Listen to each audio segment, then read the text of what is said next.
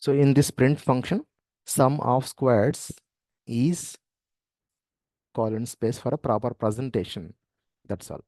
So then followed by, now let us execute this program with this shortcut. I have saved both the files. Yeah, let me save Control S first. Yeah, then execute here, and it is asking enter a number to find the sum. I'll enter 4 to cross verify. The sum is 30. Then I'll rerun and I'll execute a different number of my choice. 5. 5 square is 25, 30 plus 5 square only. So like this, we can rerun for any number of times. We can enter any number and it's going to give the range, the value up to integer range. Clear? Yeah. So this is the normal execution which we already discussed in previous class. Then how do we, Excuse me, sir. yes, proceed. Yeah, sir. Like, what if the user wants to give one more input, sir? Like sc dot, if that value is also int. Yeah, we can read any number of integers that you can store into different variable. Int y equals sc dot next int. That's it. Where you want to use y But depends on your requirement. oh, okay, sir. So float that and all will be different. We can give next int any number of times, sir. Any number of times you can give. If you want to read 1000 integers, lakh integers, then use a different variable and use sc dot next int, next int, next int only is the option. Okay, sir. Got it. Yeah. And you're asking something. Correct? Correct. This one.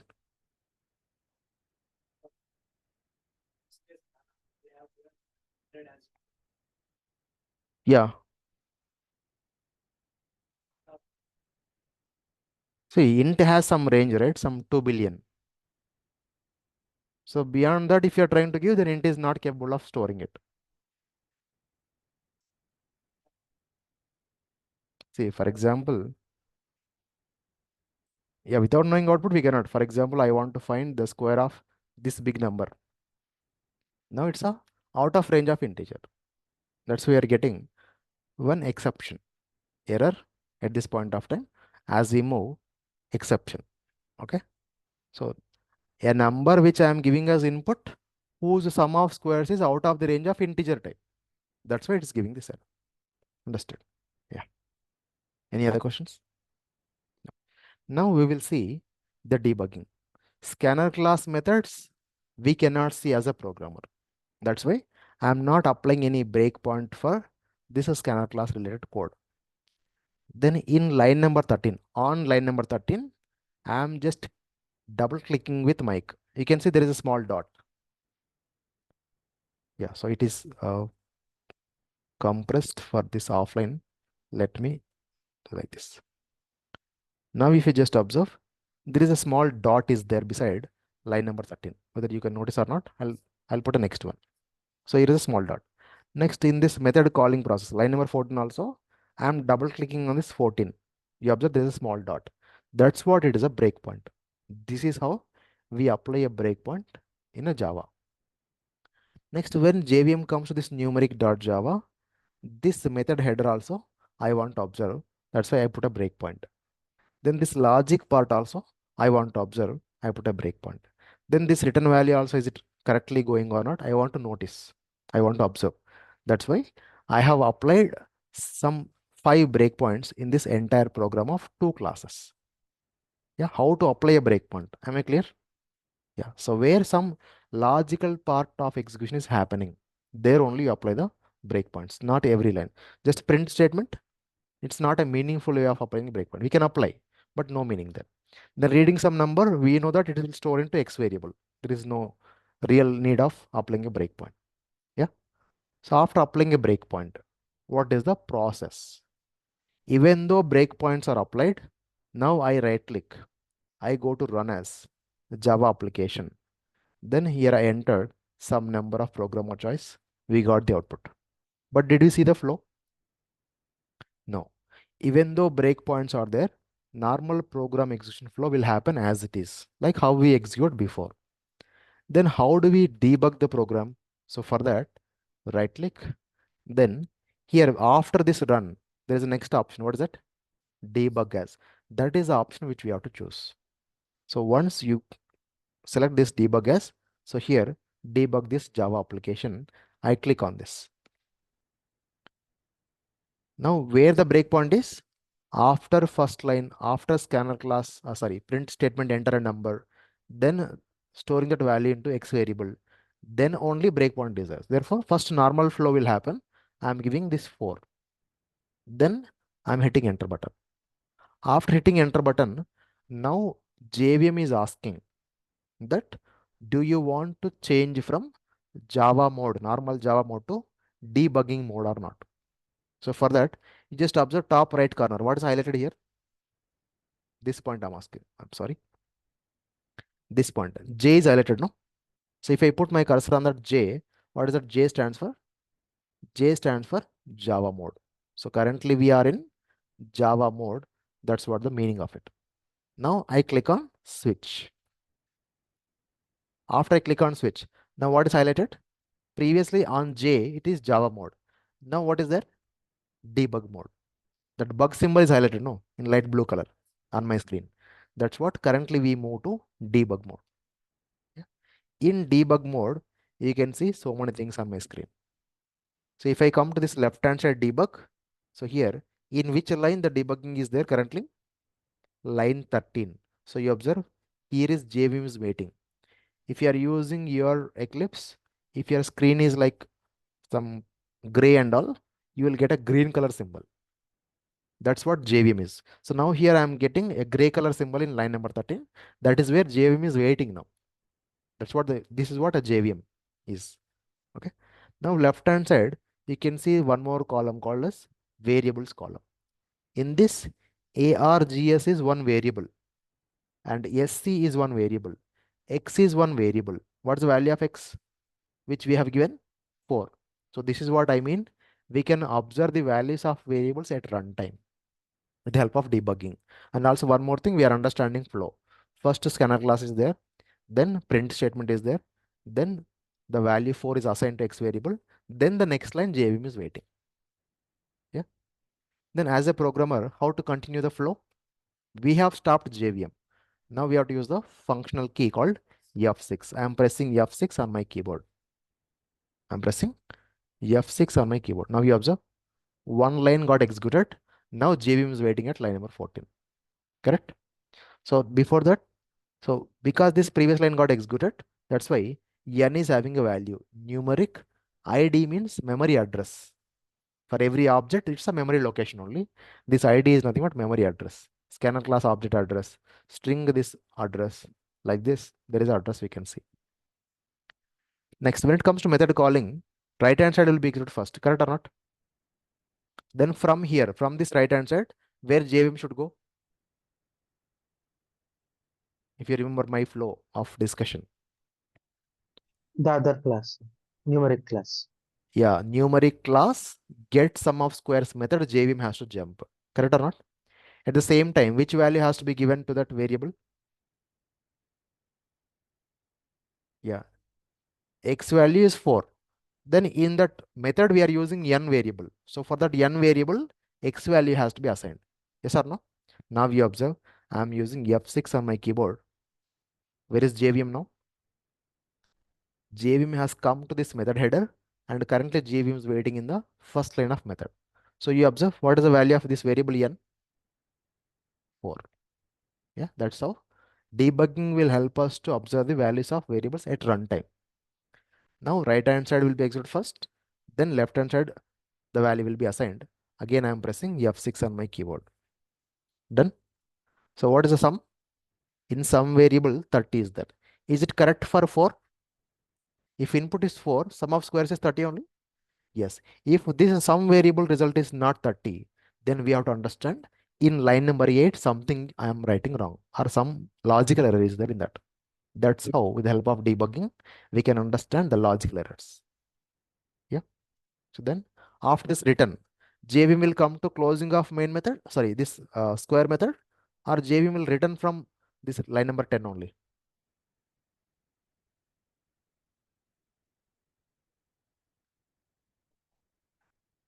Yeah, so it will return from this line number 10 or it will come to line number 12 and it will go. Closing of method, it will come, JVM will come to closing of method or JVM will go to uh, main method from line number 10 only without closing the method. Closing the method. If close the method, then it will go, sir. Now, both are you are saying like that only, but I think I mentioned very, very clearly when return statement is not there, then only JVM come to closing. If you want, please go through my recordings. When return statement is there, then from return statement only JVM goes to out of the method. Now we observe, I'm pressing F6. Did it reach to the closing of the method? No, F6 means execute one line and go to next line. But from return statement only JVM has come to this main method back. Again in the same line or next line? Same line, because line number 14, right hand side JVM went to that method. Now it has executing left hand side of the same line only. That's why we didn't see any value of this result variable in this variable section. Yeah, right hand side first, then getting the value of return and assigning to result variable. Now again I press F6. Now this left hand side is done. You can see the result variable has a value called 30. Then next again I press F6. Then so what is this? Print statement got executed. Then here we got the output also. For every print statement, we'll get one output. So this is the output sum of squares is. Still the program is running or stopped?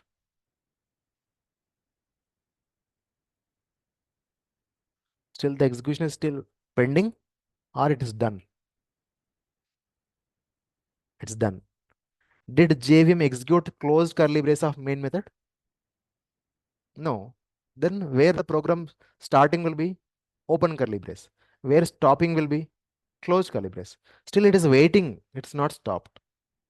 Yeah. So what generally programs will do? Okay, we are done. We'll change the mode and all those things. That's an improper way of closing the debugging process. You observe, here is a square box. It is in which color? Red color. Here is one more square box. Both are same only. Which color? Red color. So until that is red in color, the process is happening. Execution process is still happening. It's not completed. Now you observe JVM is in line number 17 where closed curly brace of main method is there. Again, I press F6. Now it is done. You observe the red has turned to gray. So this is how execution starts from main method, a flow of the program and values of variables at runtime, logical errors of the program, then remaining process and where the program execution stops. All these things, whatever I have discussed so far orally with this debugging, everything I have proved through Eclipse also. Still, if you have any questions, please ask. Is the debugging is clear to all? Yeah. And just one point, both of you have answered the same way. Then let me change it. So what is the change I want to make is, I'll make this as void type. Okay. So if this is a void type, then return statement is not required. Then what I'll do, I'll remove this return statement. Then how do we see? By adding a print statement. I'm adding print statement here. I'll print that sum. Yeah. Save it. Then I come back to this one and this catching process, printing process, all those things are syntactically wrong now because it's a void type. So therefore, next line also, it's not required. I'll remove this. Yeah. Now same breakpoints are there. Let us observe. From main method only you have to debug. So I right click. I go to debug as Java application. Now first I'm entering some value, say 4.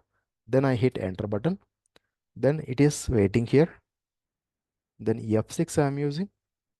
Again F6 I'm using for method calling. So again F6 I'm using. So now here is a point.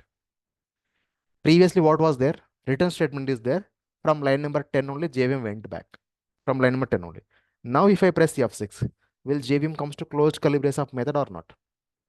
Yes, because now nobody is saying to go back. Previously return statement is saying to go back. Now if I press F6, now you observe. Return statement means from return statement only JVM will go back.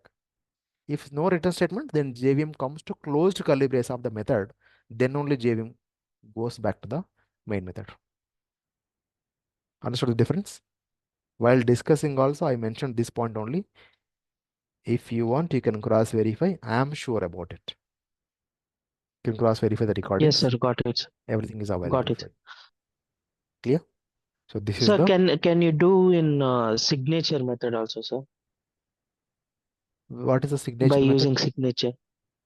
By signature, sir. In same class, adding one more class and using by signature. Can you get the output, sir? In debugging mode. You mean one more method you want me to add here? No, no, sir. Like in main method class only, add this numeric class also, sir. By removing that public and by using signature. Can you explain, sir? I didn't understand your question. No, sir. Now you have there is two classes, right, sir? Like sample class and numeric class. Exactly correct. Can you remove that logic of numeric class and put in sample class only? And can you do that once more, sir? This method you want me to remove. Yeah, you no, no, yeah. Remove that and put in sample Understood. class itself So here only we can put it in somewhere. by closing the class. Yeah, it got closed. Yeah, this is what you're expecting, right? Yes, sir. Yes.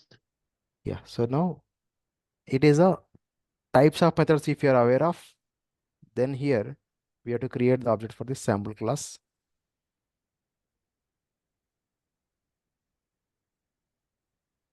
Then followed by n dot get scores. That's all. This is how it's going to work. Now this class is not required. I'll close it.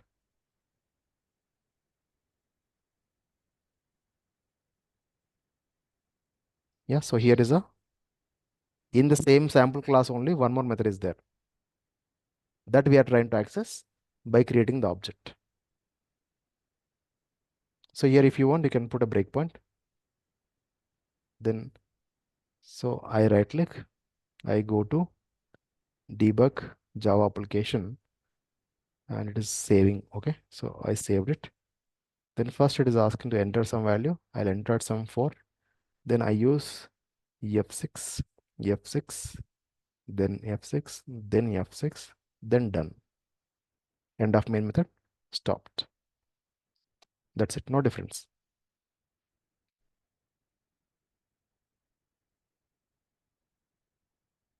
Yeah, understood or did I go fast? Got it, sir. Actually, I had doubt in like previously I was trying, no, sir. I created two different classes, like main method in one class and Hmm, uh, this method get some square in another method. correct. And what I was trying is without creating object by using the signature itself, I was trying. No, because there is a difference Then of static methods and instance methods. So this is a static method and the other one is the instance method. That story we didn't discuss yet. So I recommend you to wait because other will confuse. That's the reason even I thought of not explaining that. But since you're asking, I have to show. That's the reason I have discussed here. But there is a difference when it comes to types of methods also, which we are not yet discussed. After some string concept, once we go to oops, there will be discussing. Not here. It's a confusion unnecessarily. okay, okay, got it, sir. Got it. Yeah. So do you have any questions, please? No, he asked something, whatever the last 5 minutes I did. If you don't understand, that's better. Okay. That's why I didn't explain clearly. Just I have shown what is the way, that's all.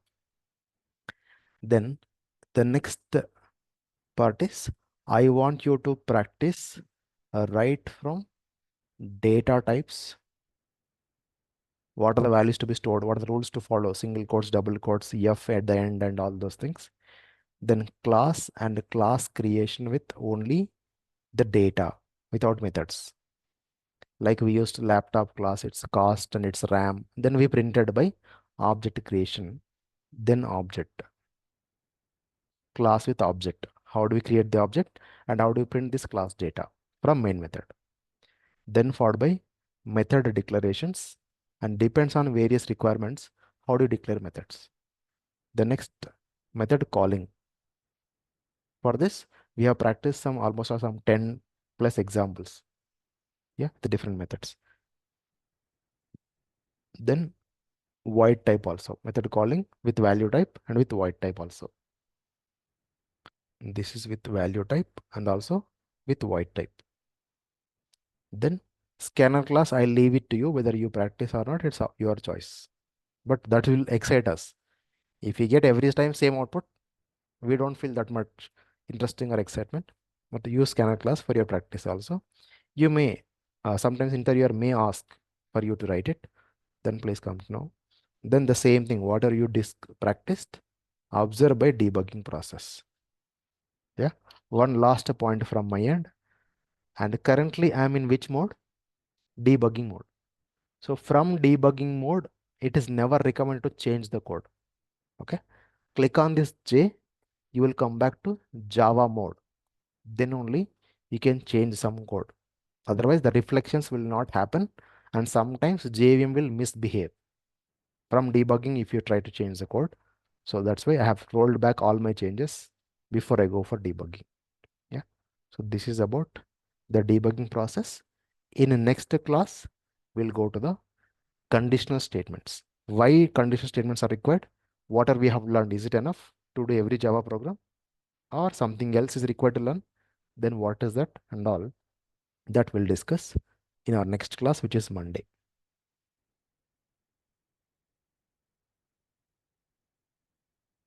With this, I'll stop this session.